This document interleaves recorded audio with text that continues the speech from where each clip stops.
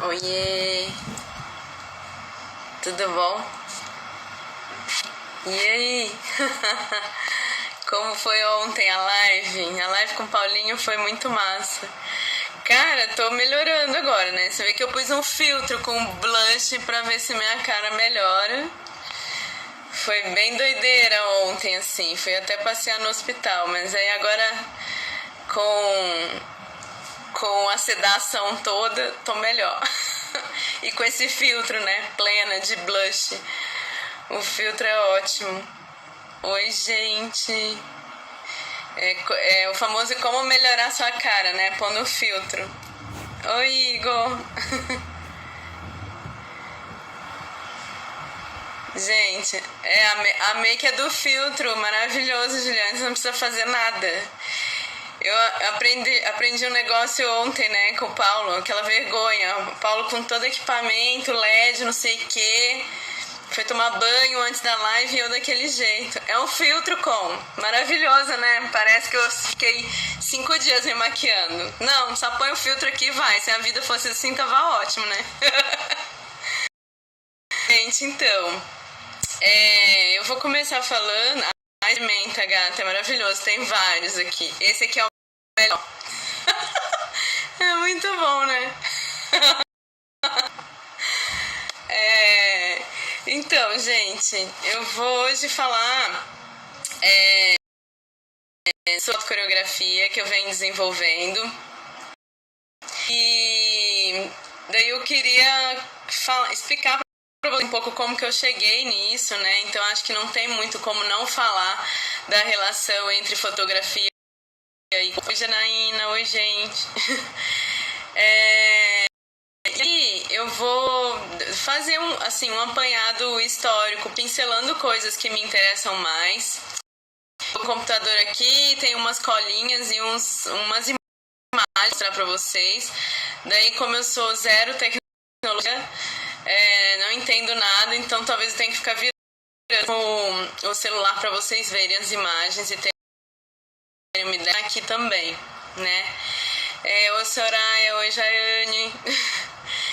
E então, assim, queria começar falando um pouco desse percurso meu com a fotografia. Na verdade, você faz coisa demais e tal, e é muito louco, porque na verdade eu comecei a fazer nas artes foi por causa da dança. O motivo que faltou alguém para fazer, ou me tornei uma pessoa curiosa naquilo, por causa da dança, e aí isso foi se desdobrando, né? E a fotografia não é diferente, assim, muitas vezes todo mundo que tá aqui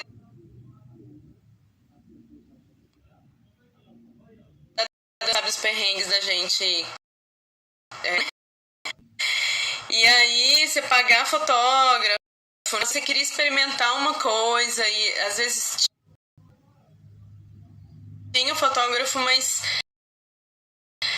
ele não estava disposto a experimentar coisas com a gente, nos grupos que eu fazia parte e tal. Eu falei, sabe o que mais? Eu sou uma máquina, assim, desde pequena na mão. E eu falei, vou investir nisso e vou começar eu mesmo fotografar umas coisas. E daí eu comecei a pirar muito, assim, porque eu sempre enxergava o todo, tá? Coisa macro, assim, o longe, o que era grande, assim. E a coisa da fotografia, ela foi, né, focando o mundo pra mim. E eu comecei a me interessar pelas pequenas coisas, começar a ver micro coisas no mundo, ou micro partes das pessoas, ou de mim também. E aí eu comecei a pirar muito nesse universo. Eu falei, cara, é isso, né?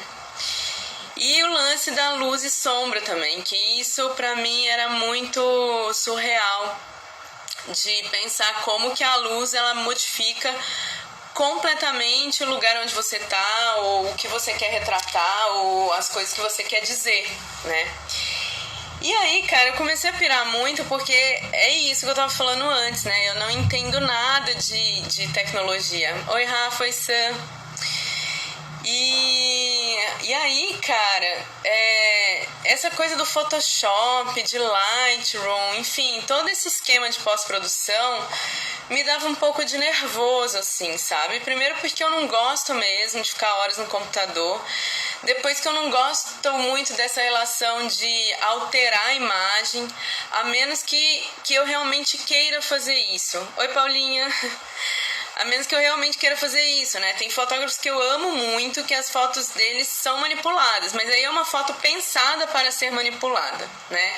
E não uma foto que você fez de um registro ou de um ensaio, que você poderia aproveitar o máximo possível as capacidades do teu equipamento e já tirar uma foto dali, mas você não faz isso e deixa para fazer isso na pós-produção. E eu fotografo mais ou menos desde 2000, assim, com um pouco mais de seriedade e é isso, né? Não é minha profissão financeiramente, né? Só que começou a virar um hobby meio sério, assim, porque eu comecei a querer investir em equipamento, mudar equipamento, eu comecei a querer fazer cursos, porque sozinha tinha coisas que eu já não dava conta mais. Só que aí é muito louco, né? Porque a fotografia, ela é experimental, por princípio. Então, lógico que tem a técnica ali, da câmera, tudo, algumas coisas que você pode pensar de regra de composição, mas no fim é a experimentação que vai te fazer entender coisas, né? E aí, assim, toda vez eu ia para um curso perseguindo a história da luz e sombra, como pensar a luz na fotografia e tal, e todo mundo falava assim, deixa isso pra lá, você trabalha isso depois na pós-produção, tira a foto, qualquer foto pode ser recuperada e tal. Oi, Igor. E eu dava uma pirada com isso, sabe? Falando assim, gente, não é possível que não existe mais um ser humano no mundo que fotografe sem já pensar na pós-produção, né? E aí eu fui me cansando um pouco de olhar como ilha de edição. É isso. Oi, Ian, oi, Paty. E aí eu fui me cansando um pouco desse lugar. Falei, sabe o que mais? Vou fazer mais curso nenhum. Sim, vou eu mesmo testar coisa, na hora que deu errado, deu. Se tem uma vantagem da câmera digital, é essa, né? Porque você pode fazer foto e apagar, enfim. Eu também acho que às vezes isso deixa o nosso olhar menos assertivo, né? Porque como você já sabe que tá tudo bem, então também você pode fazer vários cliques. Isso é outra coisa, né? O Sam, que dança aqui, para quem não conhece, entrem, @ ele é maravilhoso. Mas ele sobre isso, né? Que dessa relação com a fotografia, assim, como que a gente faz também que nesse clique a fotografia já saia o melhor possível, né? E eu comecei a perseguir muito esse lugar de não querer fazer eu comecei a querer fazer cursos, porque sozinha tinha coisas que eu já não dava conta mais. Só que aí é muito louco, né? Porque a fotografia, ela é experimental, por princípio. Então, lógico que tem a técnica ali, da câmera, tudo, algumas coisas que você pode pensar de regra de composição, mas no fim é a experimentação que vai te fazer entender coisas, né? E aí, assim, toda vez eu ia para um curso perseguindo a história da luz e sombra, como pensar a luz na fotografia e tal, e todo mundo falava assim, deixa isso pra lá, você trabalha isso depois na pós-produção, tira a foto, qualquer foto pode ser recuperada e tal. Oi, Igor.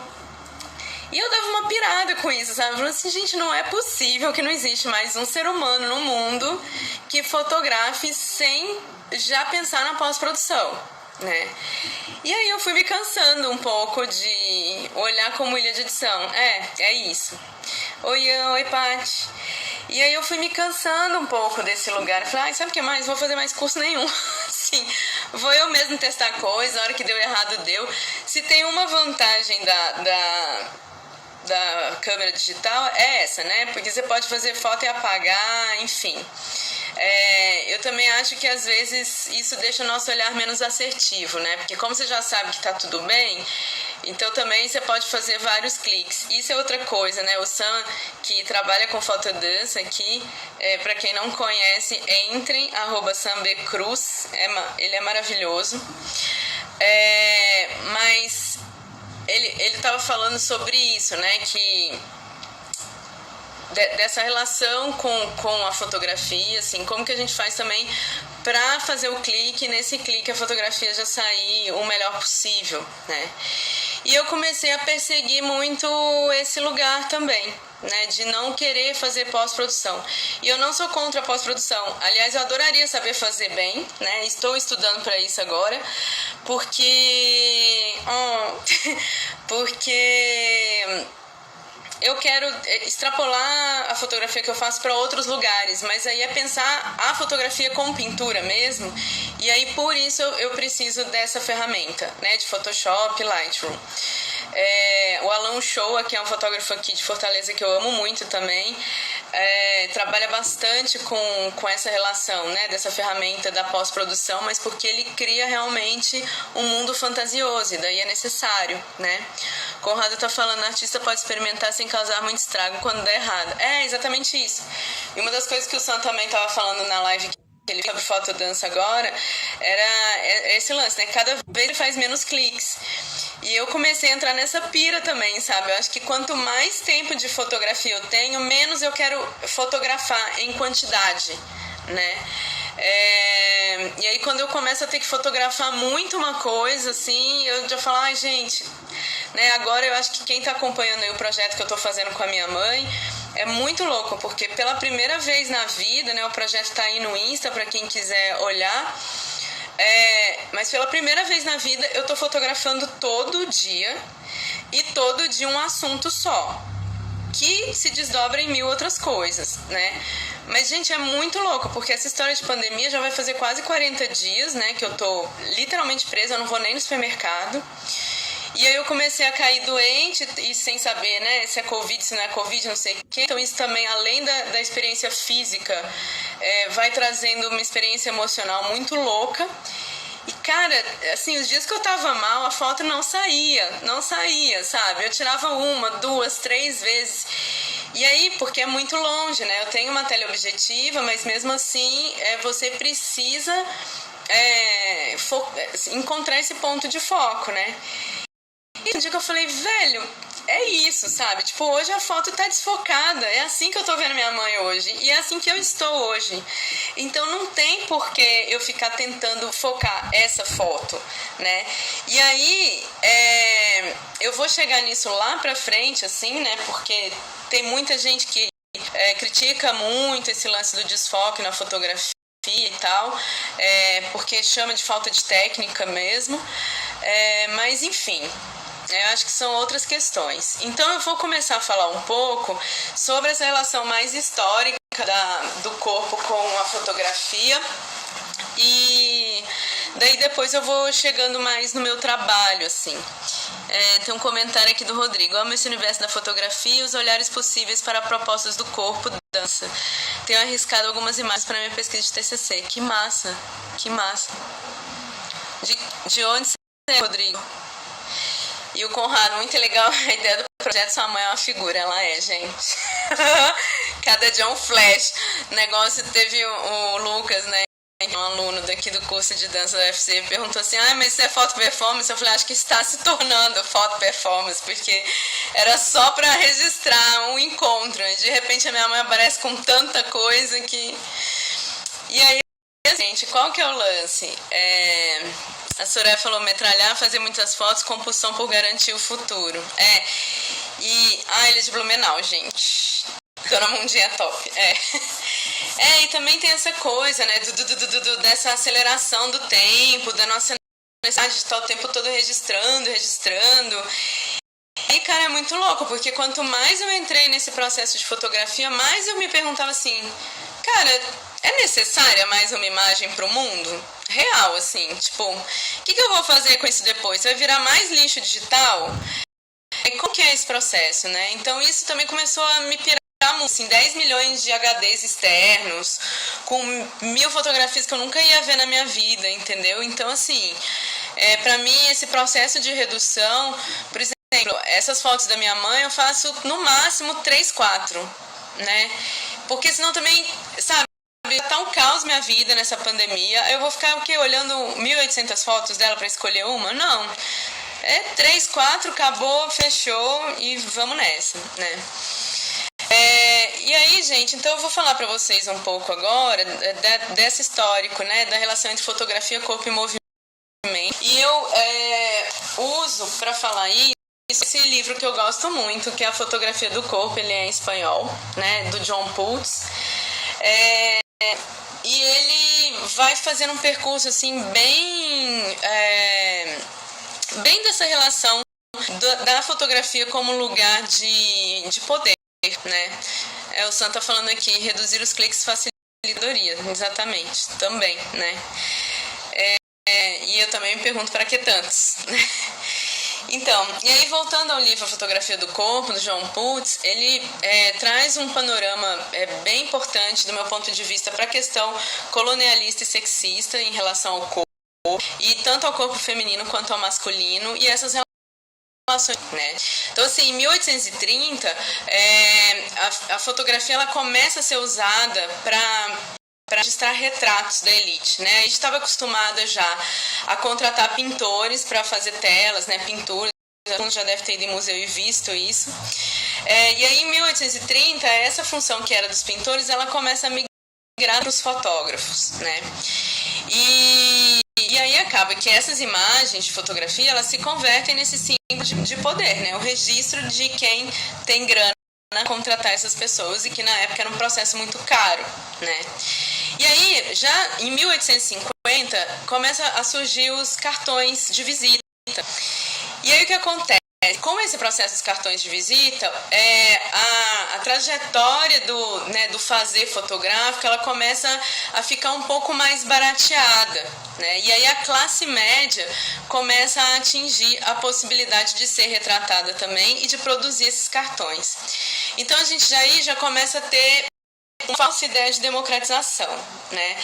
Junto com isso, os álbuns de fotografia, né? Que também a pessoa que é mais a pessoa que está na classe média consegue ter um álbum de fotografia também, então começa a se sentir equiparada, né, aos políticos, às celebridades, aos personagens da classe alta, e a gente começa a ter essa sensação de democratização, porque não era, porque as pessoas marginalizadas e pobres continuam sem o direito de fotografar ou serem fotografados, porque ainda era para a maior parte da população, né. A gente fez um comentário, maravilhoso ano, tendo muito lixo digital. Às vezes pergunto o que fazer com isso, como pensar em possibilidades para isso também. Pois é. Oi, Juan. Oi, gente. E aí que começa, acho que um processo mesmo, da gente pensar nessa importância da fotografia na relação com o colonialismo e com o sexismo, né?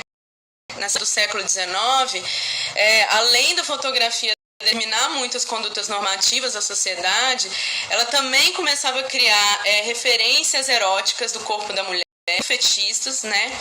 Com essa ideologia vitoriana, assim, que tinha um campo profissional majoritariamente masculino, né? E aí imprimia na mulher sempre uma imagem que vinha ou pela exploração do corpo físico ou esse culto à vida doméstica da mulher, né? Também tinham muitas fotos da medicina que mostravam o controle do corpo sobre o corpo feminino. Então isso tudo vai gerando essa ideia de mulher vulnerável, frágil, que necessita da proteção masculina, né? Então vai construindo esse universo. E aí uma figura muito importante, que foi no final do século XIX, que era Alice Austin, porque ela era lésbica e ela fez um autorretrato com mais 2 mulheres, todas vestidas de homem. Então imagina o que isso representou para essa época, né? E a Anne Brigman, ela também foi muito importante nesse processo, né? Porque em 1906 ela começa a se autorretratar e ela se considerava uma pessoa livre e totalmente contra convenções sociais. E ela começa a se retratar dessa forma, né? E aí Entre mais ou menos 1910 e 1930, os desnudos fotográficos começam a fazer parte desse percurso de uma nova liberdade sexual, né? E aí o corpo também começa a adquirir um novo status em relação à fotografia, né?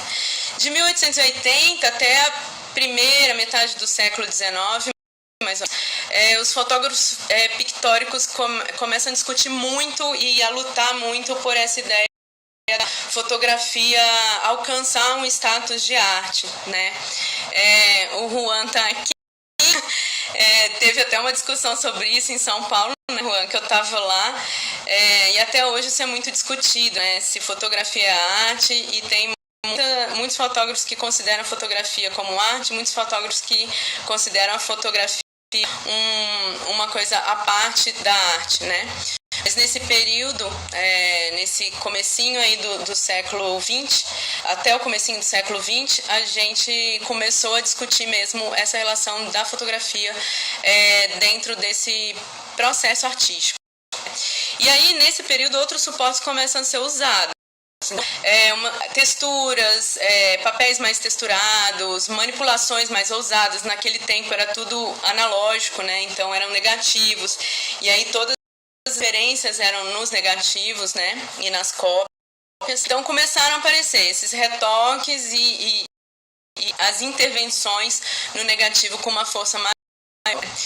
Aí, de 1910, 1920 mais ou menos, os fotógrafos modernos começam a abandonar as artes e se dedicar mais ao que eles chamam de fotografia direta, né? Que aí é voltar à ausência da manipulação. E também a gente começou a ter uma valorização do foco nítido, né, nas fotos. Daí a gente começa a entrar numa fase em que o fascismo vem avançando, né, e atropelando a democracia, que já é no fim dos anos 30, e o corpo coletivo começa a aparecer, né? Então essa ideia das multidões, as multidões representando um momento de agressão política, né, aos corpos, isso começa a ser revelado nas fotografias, né, com coletivos. E aí, já lá para os anos 60, 70, a gente começa a ter um aparecimento mais forte dos artistas performáticos. E aí, muito derivados de obras como, por exemplo, A Luz Surgida na Escuridão, do Rauschenberg, da Weil, que registrava a presença dos corpos por meio da revelação de si próprios, né? E normalmente um papel pela luz do sol. E aí começa a se expandir a relação entre fotografia e performance. Basicamente tinham três... Oi, Beto, oi, Edson. Basicamente tinham três tipos de relações que apareciam mais frequentemente com a fotografia e a performance, né? Inicialmente as performances eram documentadas em tempo real. Depois, em algum momento, essas fotografias passaram a substituir a própria performance. Então, por exemplo, ainda hoje a gente vê, por exemplo, existe uma performance no museu, alguém fotografa essa performance e depois o performer não está mais lá, mas as imagens da performance que aconteceu ali ficam ali, né? E no terceiro momento, a ação performática como a própria produção de imagem fotográfico. E que aí, de fato, esse começa a ser denominado mais como foto performance, né? E na foto performance tem esse lugar muito do fotógrafo induzir o fotografado para produzir a imagem que ele deseja, né? Uma imagem que normalmente é pensada antes, enfim. E aí, gente, o corpo começa já a tomar proporções, né? E a fotografia em si, ela começa a ser um modo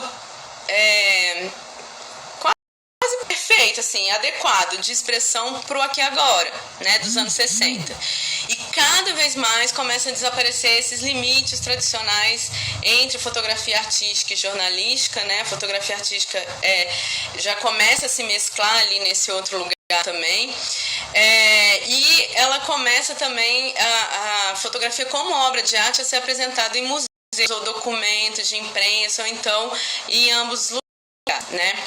E a câmera começa a se converter um pouco mais nesse lugar de você se comprometer com o mundo. E aí entra num percurso que as pessoas não querem mais uma câmera que te distancie tanto, né? A ideia começa a ser trazer equipamentos que de certa forma se acoplem ao seu corpo de forma mais próxima, você consiga ter um contato maior com as pessoas que estão sendo fotografadas, né? Então o fotógrafo começa a se integrar mais fisicamente com as cenas, as pessoas e os acontecimentos registrados. Daí a gente tem como exemplos bem fortes disso Weir, Bauer e Metzger, que eles, por exemplo, adotam câmeras pequenas para utilizá-las como extensão do corpo.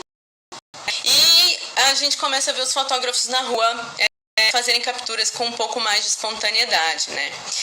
E já no que se refere à questão de gênero, nos anos 80 e 90, o corpo masculino ele já ganha uma nova importância política e cultural, especialmente na relação com a homossexualidade, e um dos fotógrafos que tem suas obras muito marcadas nessa relação é o Robert Mapplethorpe. Nos anos 70, a gente começa a ver, né, a fotografia já mais aceita como arte, e vários fotógrafos que começam a aceitar como lugar separado da arte, né? Então a gente começa a ter essa discussão travada de uma forma um pouco mais intensa. E nesse período também de 60 e 70, a dança começa a entrar em práticas mais experimentais, né? Então, para quem que é da dança, tem essa relação da improvisação, da composição em tempo real, que a gente pensar a improvisação com intenção dramática na relação com o público, né, e criar a coreografia imediatamente enquanto está em relação com o público e não previamente. E esse diálogo com outros espaços de dança que não o teatro e o palco italiano começam a se fortalecer. Então as pessoas começam a dançar muito mais nas ruas, em outros tipos de espaço, e isso vai transformando totalmente a relação do corpo do bailarino também com o ambiente, né? E aí eu queria só ler uma coisinha para vocês, deixa eu só procurar, porque tem uma coisa muito legal, tá aqui. Roger Copland diz: eu não penso que seja coincidência que a dança seja a única arte que floresceu tão fortemente nos anos 70. Ambas, a fotografia e a dança, ajudam a restaurar para nós o que John Crowley Ransom chamou de o corpo do mundo.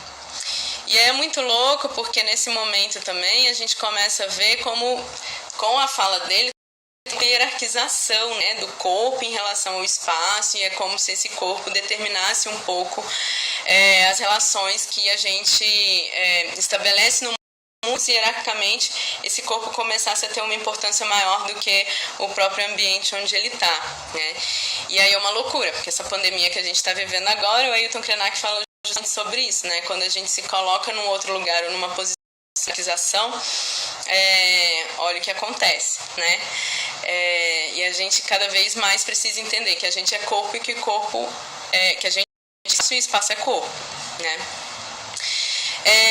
E aí, gente, tem uma coisa que tem um artigo que é do Matthew Reason mesmo, que chama Still Moving, The Revelation of Representation of Dance in Still Photography. E aí é muito louco o artigo, porque ele separa as fotografias em dança em duas categorias que para ele são visíveis.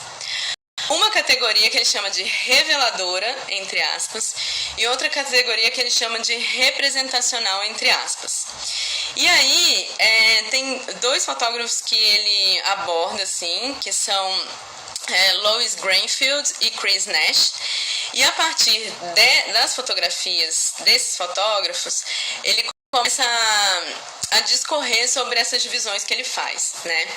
Então, por exemplo, nas fotos do Chris Nash, ele vê que ele chama de uma representação real da dança, porque ele fala que a partir dessas intervenções que o Chris faz, ele enfraquece essa objetividade mecânica do registro duro fotográfico, né? E aí, já a Green trabalha por meio da revelação do movimento O que significa a revelação do movimento, segundo ele? Congelar o movimento, né? E é muito louco porque ela tem essa perseguição, assim, tem alguns vídeos dela no YouTube e tal. Ela realmente fica perseguindo esse lugar de congelar a imagem, né? Eu queria ver se eu consigo mostrar aqui pra vocês, só pra vocês terem uma ideia do que eu tô falando. Vamos ver se dá pra vocês verem aqui. Ó, essas são fotos da Lori Greenfield, tá?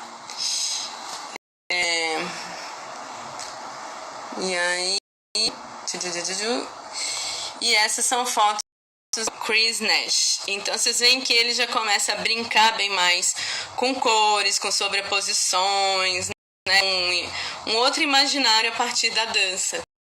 E ela não, ela já começa a tratar a relação de fato como um registro fotográfico e que tem que ficar o máximo possível congelado, né?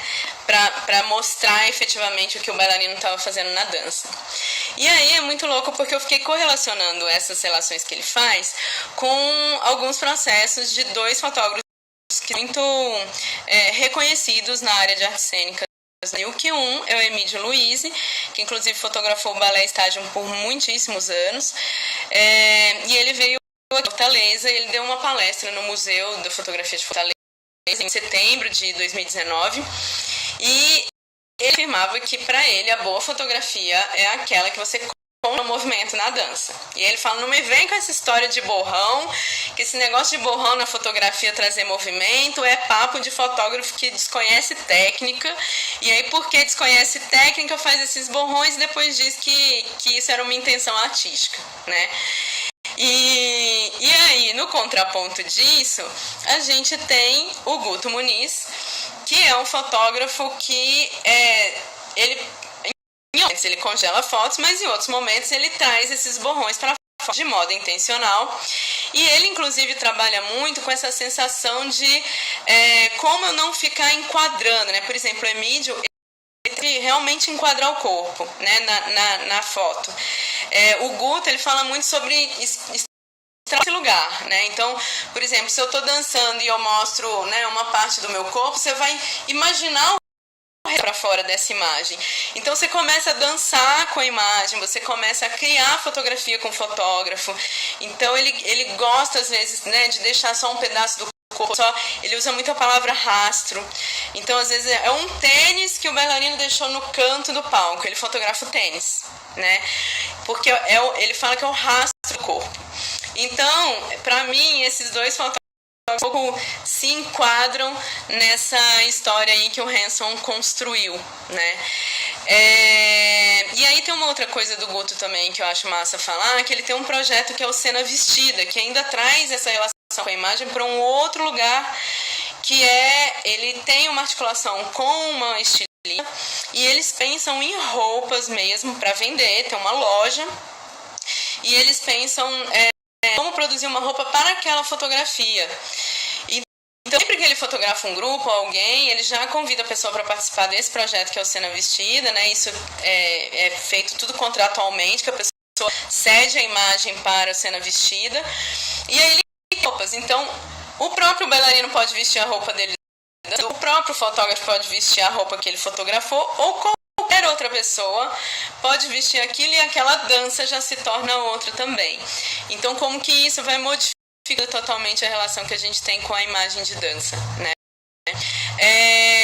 Daí, tem algumas questões em relação a isso que eu acho que são influências do lugar das artes visuais que, para mim, são muito fortes no trabalho que eu venho desenvolvendo.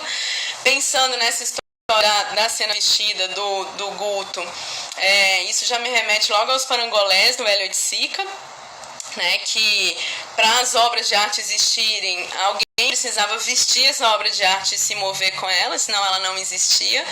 E é muito louco, porque eu lembro que uma vez eu estava na Europa de viagem e eu entrei no museu e estava tendo uma exposição do Hélio Oiticica e estava escrito do lado angolês assim, proibido mexer. Eu falei, pronto, acabaram com a obra, porque se o lance da obra é você vestir, se mover, né, o que você faz agora?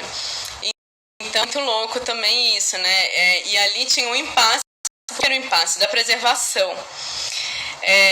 Só que aí, né, como que se resolve isso? Para preservar, você não pode deixar a obra existir da maneira como ela tem que existir. Então, é toda uma fricção ali muito, muito louca, né? E aí, gente, tem algumas outras relações, assim, que eu acho massa também, só que aí eu também queria muito mostrar aqui para vocês.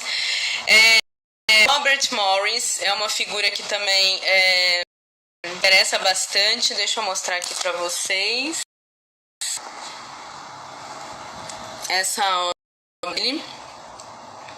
Não sei se vocês conseguem ver bem. Untitled Box for Standing. Aqui do ladinho, não sei se dá para ver bem, mas tem uma fotografia dele dentro da caixa. E do lado tem a caixa, né? E uma outra que eu queria mostrar, que era essa E-Box, que também é uma caixa de madeira com o corpo dele nu. Então, o que rola com essas obras que me interessa muito? Ele usa o suporte dessas caixas de madeira para fazer um convite para as pessoas estarem com ele na foto, né? Então, o que acontece, na verdade, é que a pessoa no e-box, né, no iBox, a pessoa tem que abrir a caixinha, o corpo dele, e na Untitled, a pessoa vai olhar a foto, vai ver que tem um corpo dentro, e aí ela decide se ela quer entrar ou não na caixa. Só que a caixa é do tamanho dele, ou seja, a caixa tem a altura dele. Se a pessoa for mais alta, ela vai ter que colher. Se ela for mais baixa, vai ficar sobrando caixa. Se ela for um pouco mais gordinha, talvez ela tenha que entrar de forma. E isso tudo vai gerando um outro tipo de conexão com essa imagem e convidando o espectador a se mover junto com a imagem, né? Aí outra questão, outra artista que me interessa bastante também é Lygia Clark, que muitos de vocês também já devem ter ouvido falar demais, mas por de 76 ela começa a pensar a estruturação do self e trabalhar com objetos relacionais, né? E os objetos relacionais, neles, é quase uma condição sine qua non a experiência corporal do espectador, né? E é um processo extremamente complexo, mas que ao mesmo tempo reúne propostas muito simples e objetivas. Oi, Ângela! Muito simples e objetivas, assim, de relação com o espectador, de provocação, né, que essa obra provoca para transformar a relação do objeto com o espectador. Então, tem uma das séries produzidas, por exemplo, ela tinha saquinhos plásticos, colocava água, ou areia, ou semente, ou concha dentro, e a pessoa tinha que lidar com isso no corpo, né? Então, aquilo produz som, produz textura, produz temperatura, uma série de coisas que fazem o corpo mover e passar por essas experiências sensoriais. Outro trabalho que me interessa muito, e esse eu acho que eu também preciso mostrar para vocês terem uma ideia do que eu estou falando, é o trabalho do Marcelo Mazagão. Eu não sei quem conhece, ele é um cineasta importante, tem filmes muito lindos, para mim são filmes muito coreográficos. Eu até perguntei ele, que eu fui ver essa exposição que eu vou comentar com vocês, Antônia, em São Paulo, e eu perguntei para ele, falei assim, mas você pensa seus filmes coreograficamente? Porque eu acho eles totalmente coreográficos. Ele falou, cara, nunca parei para pensar nisso, mas se for olhar, realmente, né, assim, o envolvimento do corpo é muito presente. E ele é cineasta, mas ele nunca tinha trabalhado especificamente com fotografia, e desde 2016 ele começa a se dedicar mais à fotografia, né? E ele cria 2 projetos, um é o Objeto Moebius e o outro é o Quinolivro. O Objeto Moebius, ele cria várias fitas de Moebius e espalha no espaço com imagens infinitas. E é muito louco, porque eu estava lá, você vê as pessoas, e depois a gente teve uma conversa com ele, também comentou sobre isso. Primeiro que as pessoas têm que se mover completamente para ver aquela imagem, né? Porque ela começa, depois ela fica curiosa para ver o resto, ela precisa entrar nessa espiral junto com a imagem. Depois que, como a imagem é vazada, muitas vezes dá vontade de começar a interagir com ela, né? Só que lá, claro, isso era uma questão, a questão do suporte. Lá estava pendurado com fio de nylon e as imagens são relativamente pesadas. Então Então, o que acontece? Muita gente, eu, por exemplo, a gente acabou não interagindo com medo de estragar a obra, de derrubar a obra, enfim. Mas a obra era muito convidativa a isso, né? Deixa eu mostrar aqui para vocês terem uma ideia do que eu tô falando. E isso aqui era numa sala, né? Então essa primeira obra era numa sala. Você vê que essa aqui já tá mais envolvida com a fotografia, já tocando e tal. E na outra sala, isso aqui era fora, tá, gente? Antes lá no Maria Antônia. E aí o vento vai. E esse era dos quinolivros. Então isso aqui é um banco. Isso tudo foi ele que fez, tá, gente? Ele que produziu a marcenaria sozinho. Aqui tem um pergaminho e tinha uma manivela, né, que você ia girando, e eram todos esses pergaminhos aqui na sala. Então, o que acontece, gente? A minha experiência foi muito louca, porque primeiro, eu não sei se vocês perceberam que esse banco tem uma veio, eu tava de saia. E só isso já me colocou num lugar que você fala, gente, a reflexão social que tá num ato simples de sentar ou não sentar. Sento com a perna aberta e aí fico exposta e socialmente isso não é bem visto, ou eu assumo isso e tá tudo bem porque pra mim não é problema. Ou eu sento de lado, só que daí eu vou ficar toda torta pra mexer, como uma das vezes eu sentei de lado e fiquei assim, aí começa a doer minha coluna e eu já não começo mais a interagir da mesma forma com a obra. Ou então eu decido ver de pé. E aí tem outra coisa muito louca, porque são vários, né? Então, depois de um tempo, ia começar a exposição, a fala dele, a palestra, daí eu comecei a dar uma acelerada porque eu queria ver e depois da palestra ia fechar o lugar e eu não moro em São Paulo, eu ia embora e não ia mais poder ver. Cara, quando eu comecei a fazer aquilo, começou a me dar uma tontura, um enjoo. E eu falei, gente, que